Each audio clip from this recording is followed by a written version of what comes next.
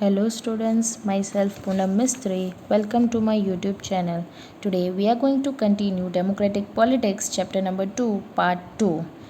That is what is democracy, why democracy ka part 2. Let's continue. So we already studied two features of democracy. First feature was in a democracy the final decision making power must rest with those elected by the people. Second was a democracy must be based on a free and fair election where those currently in power have the fair chance of losing. Now the third feature begins, that is one person, one vote, one value. Obviously we know that democracy is based on a fundamental principle of political equality. एक fundamental principle है, that is basic principle है कि political equality होनी चाहिए, politics में भी equality should be there. However, there are many instances of denial of equal right to vote. लेकिन political right मिलने के बावजूद भी बहुत सारे instances है, बहुत सारे examples है that we can see कि जहाँ पे equal right to vote नहीं मिले हैं. For example, until 2015 in Saudi Arabia, women did not have the right to vote. Women को right ही नहीं मिले थे voting के लिए सऊदी अरेबिया में 2015 तक. Estonia has made its citizenship rules in such a way that people belonging to Russian minority find it difficult to get the right to vote. उन्होंने ऐसे rules बनाए हैं कि वहाँ की जो Russian minorities है they were not getting right to vote. तो ये तो democracy का यहाँ हुआ. In Fiji also, the electoral system is such that the vote of indigenous Fiji has more value than that of an Indian Fijian, जो actually Indian born and brought up India में हुए थे and then shifted to Fiji, तो वहाँ पे चले गए तो हैज़ उनकी वैल्यू कम थी as compare to the Fijian जो नेटिव है वहाँ के. सो नेटिव पीपल जो है वहाँ के, तो उनका वोटिंग राइट्स जो है वो ज़्यादा वैल्यू थी उनकी. So this examples shows us that the feature of democracy क्या हाईलाइट करती है. ये सब तो democracy is based on of course fundamental principle. So ये हमें थर्ड फीचर देती है that in a democracy each adult citizen must have one vote and each vote must have one value. So here it comes that each adult citizen, that is one person, one vote, one value. ऐसे नहीं कि women को right नहीं दिया, फिर citizenship rules ही ऐसे बनाया कि माइनॉरिटीज़ को राइट नहीं दिया था, फिर इलेक्टोरल सिस्टम ऐसा बनाया कि इंडियन फिजियन से ज़्यादा जो नेटिव फिजियन है उनके वोटिंग अथॉरिटी ज़्यादा थी. So that is not true. So one person, one vote, one value should be there. So in a democracy, each adult citizen must have one vote and each vote must have one value. Now next is rule of law and respect for rights. When we talk about Zimbabwe, they attained independence from white minorities ruled in 1980 के बाद उनको independence मिल गया from white minorities, those who were ruling there. And then the country has been ruled by ZANU-PF, that is Zimbabwe African National Union, the party that led the freedom struggle. The ruler Robert Mugabe has been ruling the country since independence. तो वहाँ का जो ruler था who was ruling, तो वो था Robert Mugabe. Independence से ही ये रूल कर रहा था. इवन कंट्री को इंडिपेंडेंस मिल गया देन टू ये Zimbabwe African national union party जो थी वो अभी भी चल रही थी और वो मुगाबे जो था he was ruling. Elections have been held regularly and of course कौन जीतता था, तो ZANU-PF जो पार्टी थी वो. President Mugabe was popular but जैसे मैक्सिको में PRI जो थी वो हमेशा डर्टी ट्रिक्स यूज़ करके जीत जाती थी, वैसे ही यहाँ पे मुगाबे भी था जो डर्टी ट्रिक्स यूज़ करके अनफेयर प्रैक्टिसेस यूज़ करके इलेक्शन में ऑफकोर्स वो जीत जाता था. There was a law which limited the right to criticise the president. Law भी था कि कोई भी प्रेसिडेंट को क्रिटिसाइज नहीं कर सकता, उसको ऐसा नहीं बोल सकता कि president is not taking the correct decision and all. तो ऐसा लॉ ही था. Television and radio were control by the government. Media और वो सब तो गवर्नमेंट कंट्रोल कर सकती थी. प्रेसिडेंट के अगेंस्ट तो कुछ भी वो लोग शो नहीं कर सकते थे, डिस्क्लोज नहीं कर सकते थे. And gave only the ruling parties version. और जो भी रूलिंग पार्टी बोलती थी वो सही है उनके फेवर में ही सब जगह पे डिस्क्लोज होता था. There were independent newspapers, but the government harasses those journalists who go against it. Independent newspapers भी already print होते थे, लेकिन government का power इतना था कि they started harassing those journalists जो प्रेसिडेंट के अगेंस्ट अगर किसी ने प्रिंट कर लिया तो. सो ये फीचर हमें कहता है that in a democratic government rules tells us that a democratic government rules within limits set up by constitutional law and citizen right. अगर आप एक डेमोक्रेटिक कंट्री में रहते हो तो क्या पता चलता है कि डेमोक्रेटिक गवर्नमेंट जो भी होता है it rules with in limits. वो रूल तो करेगा, उसके पास पावर है, लेकिन एक लिमिट पे which is set up by the constitution law और सिटीज़न के राइट के अगेंस्ट जाके वो रूल नहीं कर सकता, right, because he is also having some limits. Constitution में जो लॉज और वो है वो लॉज को वो ब्रेक करके चल नहीं सकता.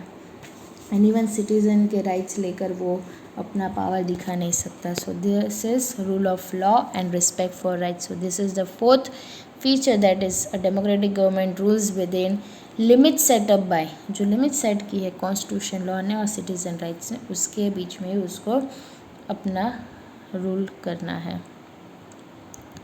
Hence we can conclude that a democracy is a form of government in which first was rulers elected by the people get all major decision. Second was elections offer a choice and fair opportunity to the people to change the current rulers. Election जो है वो choice देनी चाहिए people को and fair opportunity to the people so that they can change the current rulers. This choice and opportunity is available to all the people on an equal basis. जो हमने third feature देखा, 1% 1 vote 1 value. And the last, the exercise of this choice leads to a government limited by basic rules of the constitution. और ये जो choice हमने तो दी और जो government form हुआ उसको अपनी limits पता होनी चाहिए by the basic rules of the constitution and obviously citizen rights also. He should know all these things.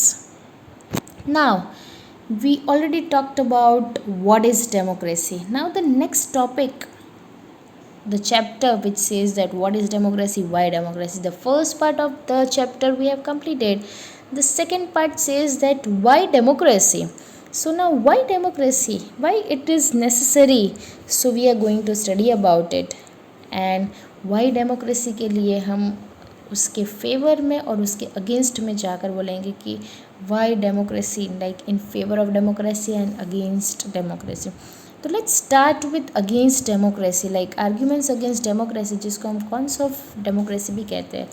Now here what happens, you know, leaders keep changing in a democracy which leads to instability. अगर democratic country और वहाँ पे leaders change होते रहेंगे तो उससे stability नहीं रहेगी, क्योंकि आज मैंने ये डिसीजन लिया, कल कोई दूसरा पर्सन आया जो रूल कर रहा है तो उसके डिसीजन मेरे अगेंस्ट हो सकते हैं. मैं ये करना चाहती थी लेकिन अब दूसरा पर्सन आ गया तो उसके लिए ये बराबर नहीं है. So it will lead to an instability. Democracy is all about political competition, power playing, leading no scope for morality. Democracy क्या है? एक पॉलिटिकल कंपटीशन है. एक्चुअली यहाँ पे कंपटीशन इतनी बढ़ गई कि people are not thinking about the people. Like जो रूलर्स है they are not thinking about the people. Citizen के लिए नहीं सोचते हैं, सिर्फ एक पावर प्ले है कि कैंपेनिंग करो, ये करो, वो करो. They are not thinking about the people. जो सिटीज़न है वो क्या करेंगे. Many people have to be consulted in democracy that leads to delay. बहुत सारे people को तो कंसल्ट करना पड़ता है डेमोक्रेसी में. ये क्या है पता ही नहीं होता है, जिससे डिले इन डिसीजन मेकिंग हो सकता है. Elected leaders do not know the best interest of the people. Elected leaders जो है, जो इलेक्ट हो गए, उनको पता ही नहीं है कि एक्चुअल में पीपल के लिए क्या करो, उनको क्या अच्छा लगेगा. And obviously it will lead to bad decision. Democracy leads to corruption since it is based on electoral competition. Democracy जो है शायद करप्शन भी ला सकते हैं, क्योंकि मेन यहाँ पे क्या है, इलेक्टोरल कॉम्पिटिशन. ये मैं जीतूँगा, मैं जीतूँगा, मैं जीतूँगा, और उसमें करप्शन कैसे, पैसे देकर वो लोग वोट्स भी खरीद सकते हैं. And next is ordinary people don't know what is good for them. Ordinary people जो है उनको तो पता ही नहीं उनके लिए गुड क्या है. They should not decide anything. So are there some other arguments against democracy which this can apply to misuse of government? So यहाँ पे हम बोल सकते हैं कि डेमोक्रेसी में ऐसा तो नहीं होना चाहिए, और ऐसा अगर हो तो ये आर्ग्यूमेंट्स अगेंस्ट ही डेमोक्रेसी हुई. Democracy is not a solution for all the problems. It is not ended poverty in our country, ना ही हमारे कंट्री में ना ही दूसरे कंट्री में.